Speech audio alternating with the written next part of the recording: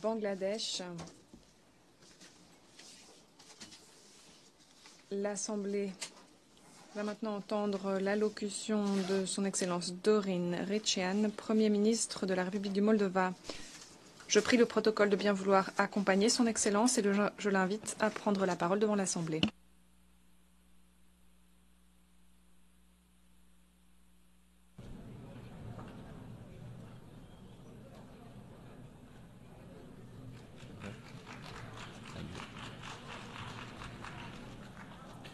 Mr. President, Mr. Secretary General.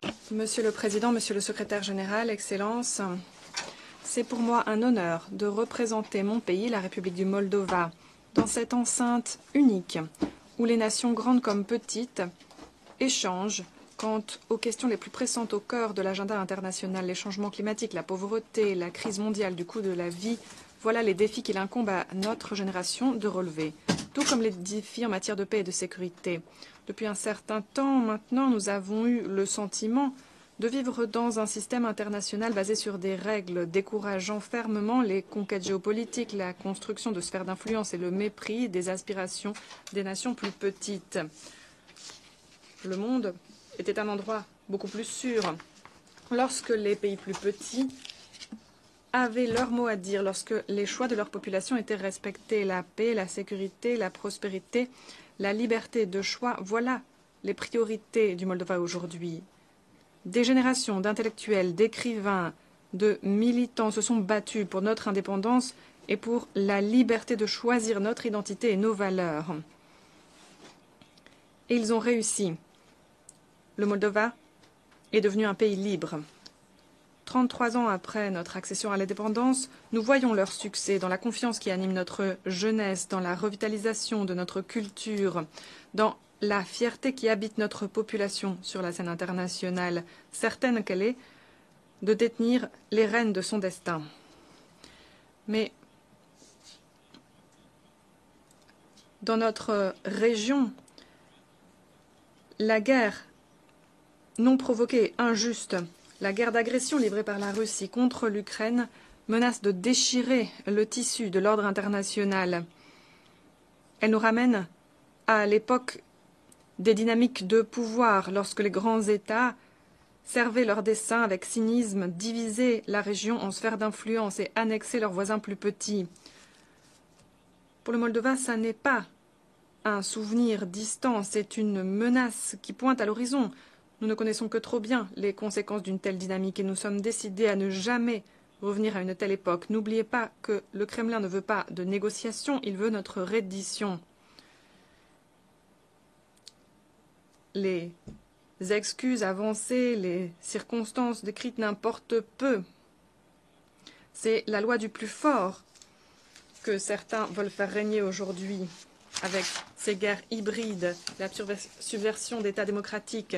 Ces derniers événements, mesdames et messieurs, sont une menace pour le Moldova, mais pas seulement. Nous constatons une escalade dans tout le monde démocratique. Même les démocraties les plus mûres ont des difficultés à gérer de tels clivages, cette polarisation que l'on constate aujourd'hui. C'est pourquoi l'Ukraine aujourd'hui combat non seulement pour son existence en tant qu'État et en tant que nation, mais elle combat pour la liberté de chaque nation de choisir ses aspirations nationales et de les réaliser. Le Moldova est solidaire de l'Ukraine alors qu'elle se défend de l'agression du Kremlin. Et nous exhortons toute la communauté internationale à apporter en temps voulu tout l'appui nécessaire à l'Ukraine. Mesdames et messieurs, malgré la guerre qui fait rage à notre frontière, le Moldova reste un contributeur actif et engagé à la sécurité régionale. Nous sommes un partenaire fiable pour nos voisins, la Roumanie et l'Ukraine, et pour l'Union européenne. Nous avons préservé la paix et la sécurité au Moldova. Parallèlement, nous appuyons les efforts humanitaires. Nous avons accueilli plus d'1 million de réfugiés ukrainiens, dont nous garantissons la sécurité. La paix n'est pas seulement notre objectif, c'est notre devoir. La paix reste notre engagement premier. Nous sommes aussi déterminés à régler de façon juste et pacifique le conflit en Transnistrie en respectant dans le plein respect plutôt de notre souveraineté et de notre intégrité territoriale à l'intérieur de nos frontières reconnues internationalement. Pour atteindre cet objectif, il faut que cesse la présence militaire illégale russe. J'appelle la communauté internationale à affirmer une fois de plus que les forces militaires russes doivent se retirer immédiatement et sans condition du territoire du Moldova.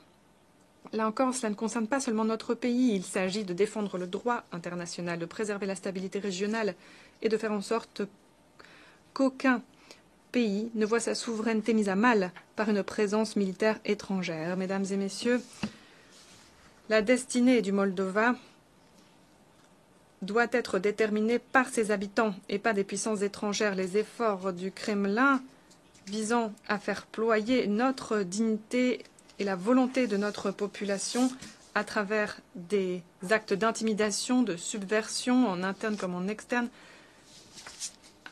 ces efforts n'ont pas leur place au XXIe siècle. Malgré nos divergences, nous avons toujours pris, en tant que nation, les grandes décisions ensemble et nous avons réaffirmé notre dignité nationale, notre valeur avec fierté. Le pacte social au Moldova est fondé sur les libertés individuelles, les droits humains, des élections libres et régulières, une société ouverte. Nous ne voulons pas être un État satellite du Kremlin. Aujourd'hui, notre population touche du doigt ces aspirations. Nous sommes emplis d'espoir et de détermination, l'espoir d'un avenir prospère, démocratique, au sein de la famille européenne des nations, au sein de laquelle nous avons notre place. Et cet espoir repose dans notre réussite collective de ces dernières années. Aujourd'hui, le Moldova est plus fort et plus uni que jamais. Malgré sa propagande, malgré ses campagnes de fausses informations, malgré ses attaques hybrides en bonne et due forme, le Kremlin a essuyé un échec en essayant de nous diviser. Nous ne sommes plus une zone grise, une entreprise profitable de blanchiment d'argent pour les oligarques sans scrupules et les puissances étrangères qui ont pillé notre État et sa population et manipulé nos institutions pour servir leurs avantages. Les sanctions internationales contre ces criminels ont permis de faire des progrès et nous sommes au travail pour recouvrer l'argent volé. Notre engagement en faveur des réformes est inébranlable et nous avons déjà fait des progrès pour nettoyer notre système judiciaire. La communauté internationale a applaudi ces efforts. La perception de la corruption au Moldova et notre place dans les classements internationaux en matière de corruption et d'état de droit s'est grandement améliorée. Nous agissons aussi sur le plan économique. Malgré notre proximité à un théâtre de conflit, l'environnement pour les entreprises au Moldova s'améliore, bien que le rythme soit lent. Les petites et moyennes entreprises, aujourd'hui, bénéficient de perspectives plus prometteuses.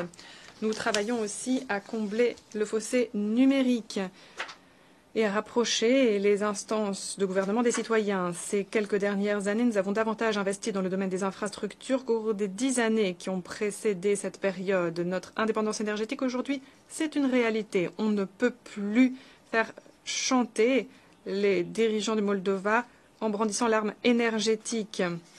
On ne peut plus utiliser cette arme pour obtenir des concessions géopolitiques non plus. La sécurité énergétique du Moldova est garantie grâce à son intégration au sein des marchés et des réseaux régionaux et internationaux. Nous avons avancé très rapidement également vers l'efficacité énergétique et l'utilisation des énergies renouvelables. La résilience n'est pas seulement une question de sécurité, c'est aussi le fait de nos institutions qui sont plus robustes que jamais grâce à nos partenaires notamment. Les institutions en Moldova aujourd'hui sont mieux à même de préserver les choix que font les habitants du Moldova, à l'abri de toute ingérence étrangère. Nous sommes ouverts au monde aujourd'hui et c'est crucial. Au mois de décembre 2023, les dirigeants de l'Union européenne, pour saluer les progrès faits par mon pays, ont accepté à l'unanimité de lancer un processus de négociation d'accession ouvert avec le Moldova. C'est notre réussite la plus manifeste depuis notre indépendance et nous sommes bien décidés à rejoindre l'Union européenne d'ici à 2030. Le cheminement vers l'accession à l'Union européenne est une question d'intérêt national vital pour nous. C'est notre première garantie de paix, de démocratie et de développement. Le 20 octobre, le Moldova va affirmer de nouveau ce choix européen dans un référendum pour inscrire dans notre Constitution notre vocation d'intégration européenne. La Russie peut continuer de tenter de faire dérailler ce processus en ayant recours aux menaces, à la désinformation, à la déstabilisation. La Russie veut que le Moldova reste son prisonnier et le prisonnier de son passé. Mais le peuple du Moldova est uni et déterminé. Nous choisirons notre propre avenir. Nous ne rendrons pas notre pays aux oligarques qui l'ont mis à sac et qui, une fois de plus, veulent en faire leur fief. Un pays qui serait la source de trésors de richesse pour une poignée d'individus uniquement. Nous n'allons pas retourner vers le passé. Nous n'allons pas reculer pour appartenir de nouveau à une sphère d'influence qui ne reflète pas nos aspirations. Nous avons choisi la liberté, nous avons choisi l'Europe. Et le mois prochain, nous affirmerons de nouveau cet objectif, l'objectif de notre génération, l'appartenance à l'Union européenne en tant que membre de plein droit. L'Union européenne a toujours appuyé le Moldova depuis que nous sommes un pays indépendant. J'aimerais maintenant évoquer les questions climatiques. Ça fait longtemps que l'on sait que le Moldova est un pays au climat accueillant, fertile. Mais ces 12 derniers mois, nous avons été la victime de phénomènes climatiques extrêmes, des chutes de neige dévastatrices, des sécheresses sans précédent, des canicules, des inondations de grande envergure qui ont causé des ravages comme jamais dans notre histoire. Ces défis, ce ne sont plus des hypothèses. Cette menace est là, elle plane sur nos moyens de subsistance, ceux de nos agriculteurs, sur notre économie, sur les infrastructures de nos villages et de nos villes, sur l'avenir de nos enfants. Les changements climatiques risquent de tout détruire. Dans ce contexte, nous nous félicitons de l'adoption du pacte pour l'avenir par l'Assemblée générale des Nations unies. C'est un pas en avant de taille pour bâtir un ordre international plus efficace, inclusif et durable. Dans ce pacte, nous avons réaffirmé notre responsabilité collective vis-à-vis des générations futures. Nous sommes bien décidés à travailler aux côtés de la communauté internationale pour faire de ces promesses des actions concrètes qui forgeront un monde meilleur et plus résilient. J'en arrive à ma conclusion. Le Moldova est aujourd'hui à la croisée des chemins, en tant que nation et en tant que membre de la communauté internationale. Le peuple du Moldova ne permettra pas que le pays soit de nouveau une marionnette. Nous voulons choisir la paix, la démocratie, la liberté, l'état de droit, plutôt que la guerre, l'autoritarisme et la répression.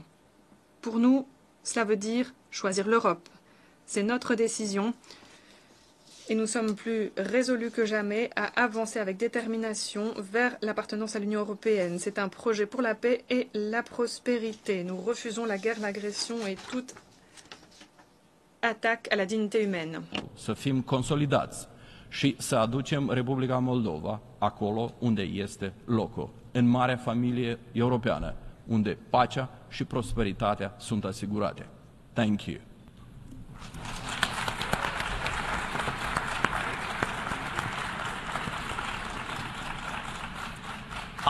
On behalf of the Assembly, Au nom de l'Assemblée, je tiens à remercier le Premier ministre de la République du Moldova.